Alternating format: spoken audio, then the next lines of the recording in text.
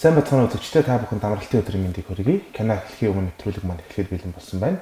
За өнөөдрийн гарах кино бол их авьяасын шахагдшгүй ундраг гэж орчуулагдсан байгаа. Маш урт нэртэй. Урт нэртэй. Гэхдээ ер нь бол урт нэртэй боловч одоо энэ сонир нэртэй санагдаж магадгүй тийм. Их авьяасын шахагдшгүй ундраг гэхээр одоо юу ч гэх гээд тийм. Энэ кино маань өөрөө Николас Кейжийн тоглосон кино. За Педро Паскал бол Николас Кейжийн одоо энэ хоёрын хамтрал энэ дэр гарч ирдэг. Чиний энэ найз нэгдсэн улсын засгийн газарт ажилладаг. Надад худлаа хэлэх хэрэггүй. Наад чи миний алтан боонууд. Энэ миний боонууд. Би чамайг буутмааргүй байна. Чи миний гарт үргэлжлэх сүүлчийн хүн. Би чамд хайртай. Би ч гэсэн чамд хайртай. Николас Кейж, Педро Паскал, Нейл Патрик Харрис, Тиффани Хэдиш. Би Ник. Чөтгөр алгад.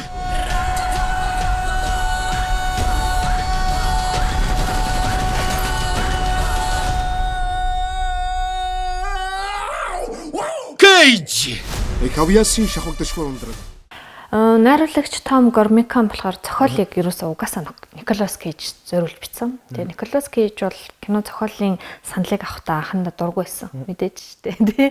Киноны үйл явдлыг болохоор жоохон энэ нөгөө киноны үйл явдлаас нь жоохон ямар уналтанд орж байгаа. Орчихсон байгаа Николас Кейж байхгүй.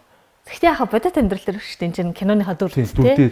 Дүр дээр одоо юу гэдэг энэ киноныхаа хувьд бол уналтанд орсон байгаа жүжигчний одоо нэлээд карьер нь доош явцсан байгаа тим дүр дээр тоглох хэрэгтэй болсон. Гэтэ яхаа бодит байдал дээр хүмүүс яг энэ нөгөө Николас Кейжийн өөрийнх нь уналтын үе байдаг ш. Нэг хэсэг одоо Холливуудын бие зэрэглэлийн маш олон кинонуудад тоглосон тий.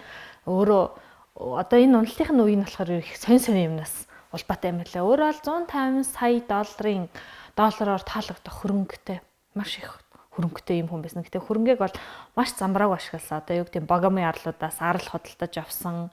За нэг том бодит жишээ нь болоод яваад байгаа шүү дээ. Леонардо Ди Каприото 2007 онд Өлөг гөрүүлийн яс. Одоо монголчуудын хамгийн сайн мэддэг Патар гэж ярьдаг. Өлөг гөрүүлийн яс энэ дуудлага худалдаанд оролцоод 276 мянган доллараар худалдаж авдаг юм аа. Тэгэхдээ энэ худалдаж авсан өлөг гөрүүл нь Монголоос хууль бусаар буюу хулгайн эд болох нь тогтоогдоод ямар ч үг өчөөгүй ингээд 276 мянган доллараар худалдаж авсан өлөг гөрүүлээ ингээд монголчуудад буцаагаад өгсөн. Гэх мэт жишээгээр Николас Кейж нэлээд замбраагүй одоо хөрөнгө оруулалтыг, замбраагүй зүйлсийг худалдаж авснаасаа болоод өөрийнх нь одоо юу гэдэг тухайн үедээ санхүүгийн байдал нь нэлээд уналтанд орсон.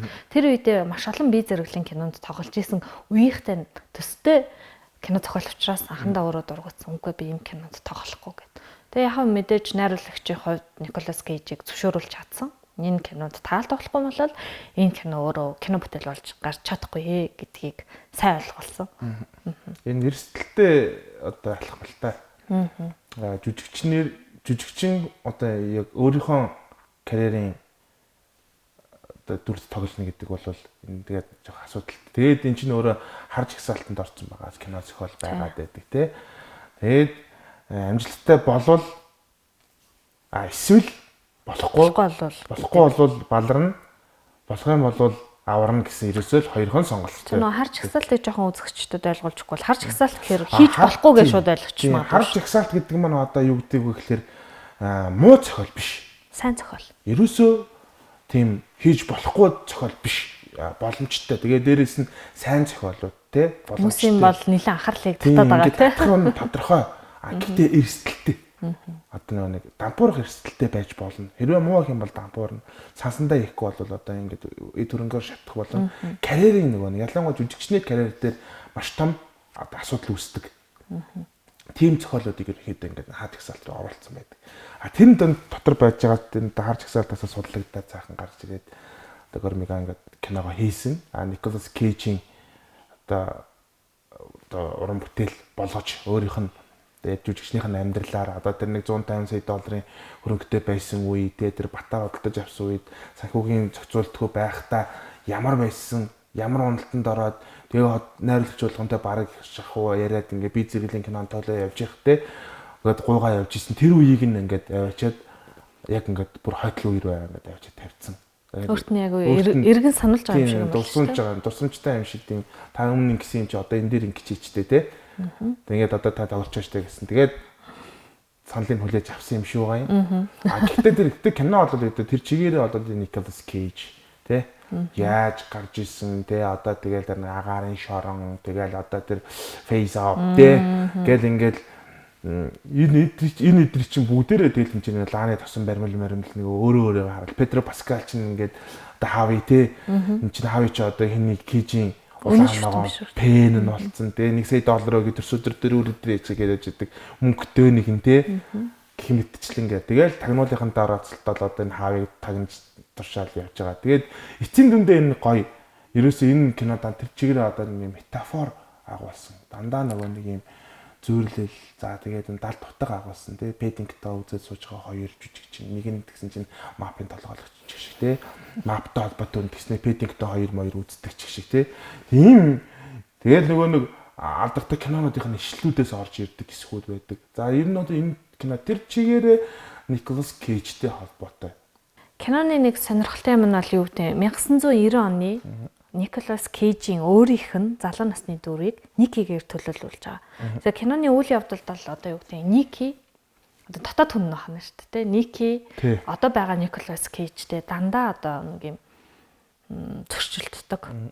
Чи бол алдартай жүжигчин, чи бол ингэж явах ёсгүй, чи бол ийм тим гэдэг дотор талаас нь дандаа энийг гаргаж ирж идэг бол одоо нөгөө дүр нь болохоор одоо юу гэдэг энийг хүлээн зөвшөөрөхөд хэцүү. Гэхдээ энэний хувьд жүжигчний хувьд ярмаар байна. 1990 оны дүрд тоглохдоо ямар нэгэн байдлаар дахиад залуу жүжигчин ч гэдэг юм уу ийм зүйл ашиглаагүй. Яг өөрөө тоглосон. Өөрөө Никигийнхэн дүрд тоглосон. Одоо тэр Никигийнхэн дүрийн өөрийнх нь тоглож исэн киноноос тийм. Одоо юу лээ Wild Heart.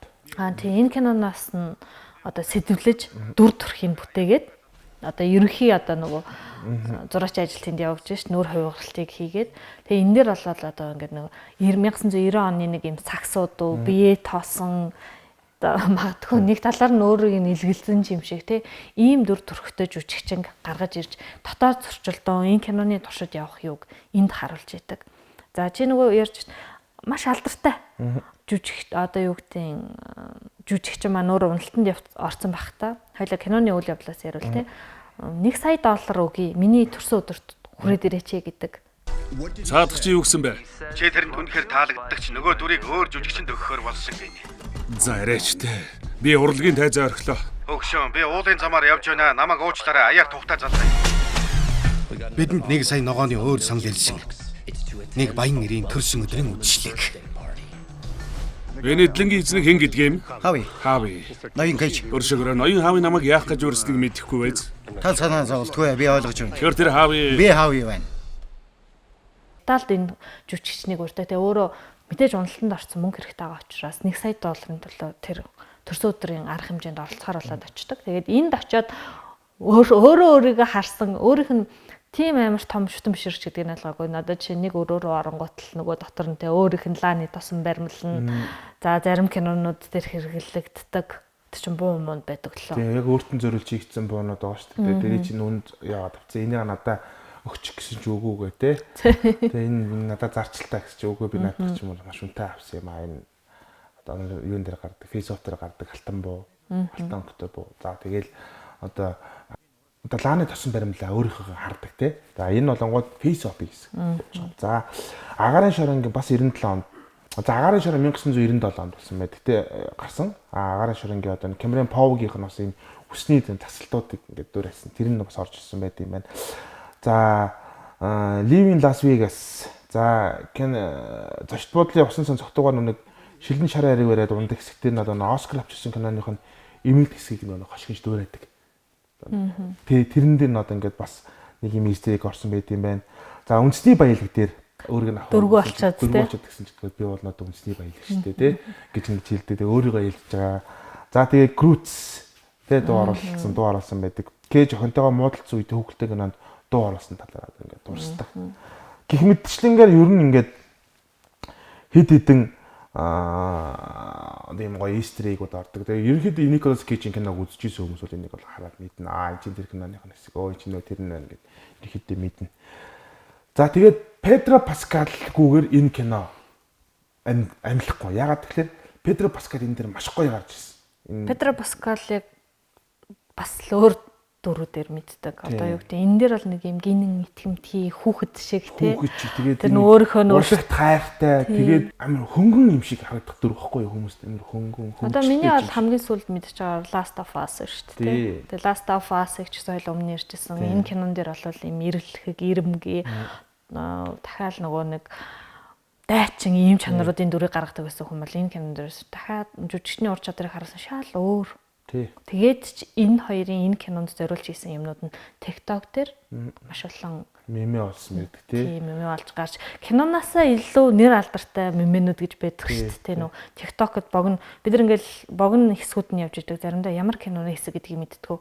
Тэгтэл энэ киноны хэсэг байсан гэдэг ч юм уу. Тэ нөө кинонаасаа илүү алдартай юм билээ ер нь. Тий. Одоо мэдхгүй тэр кино сонирхогчтой одоо ямар ч хүн хэлсэн. Педро Паскал тоглосон, Николас Кейж гэл хэллэгүүд хамгийн түрүүнд үзэх ёстой юм байна. За тэгээ нэр нь болол нийлээ сонирхолтой те. Хавьяасын шахагдшгүй ундраг. Тэгэхээр яг юуны тухай өгүүлэх гээд байгаа юм бол энэ кино дээр яг юу гарах гээд байгаа юм бол миний бодлоор магадгүй хүмүүс эхлээд бол нэг төдөл инэдмэн кино гэж ойлгохгүй байх.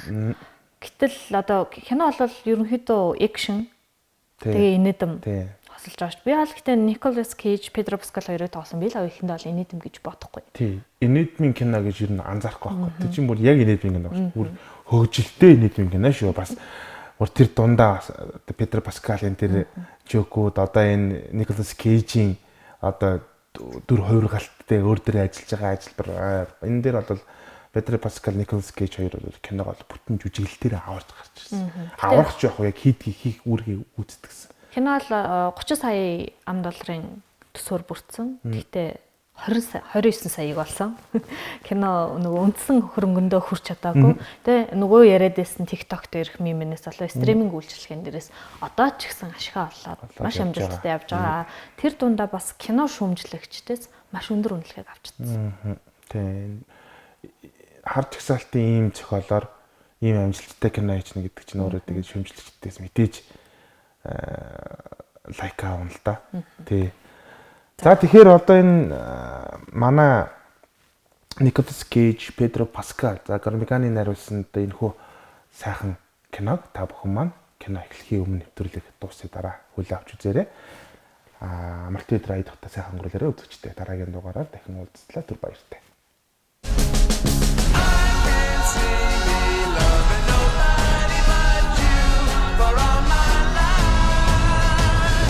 Би ийм өндөр хад гэж мэдээгүй. Хоёулаа үхэж чимэдэхэр байлаа. Би ирчихлээ. Энэ жүжигч Ник Кейж юм шүү. Ник Кейж, би танд хайртай. Чи Крuz хоёрыг үзээгүй мүү? Би одоо 44 настай. Юу гэж хүүхдтэй кино үзэж суух юм бэ? Холливуудын домог. Чи тэр өрөөг олох хэрэгтэй Ник. Би энийг хийж чадна гэдэгтээ итгэлгүй байгаач миний авьяасын ундрах шахагдаагүй хэвээр байна. Сайн байна. Тэгээд чи бидэнд хийх ажил зөндөө. Үгүй ёстой үгүй. Амьдрал дээрх жинхэнэ баатар болох. Чиний энэ найз нэгдсэн улсын засгийн газарт ажилладаг. Надад худлаа хэлэх хэрэггүй. Наадах чи миний алтан боонууд. Энэ миний боонууд. Би чамайг буутмааргүй байна. Чи миний гарт үргэдэг сүүлчийн хүн. Би чамд хайртай. Би ч гэсэн чамд хайртай. Николас Кейж, Педро Паскал, Нейл Патрик Харрис, Тиффани Хэдиш. Би Ник. Чи өтгөр алгад.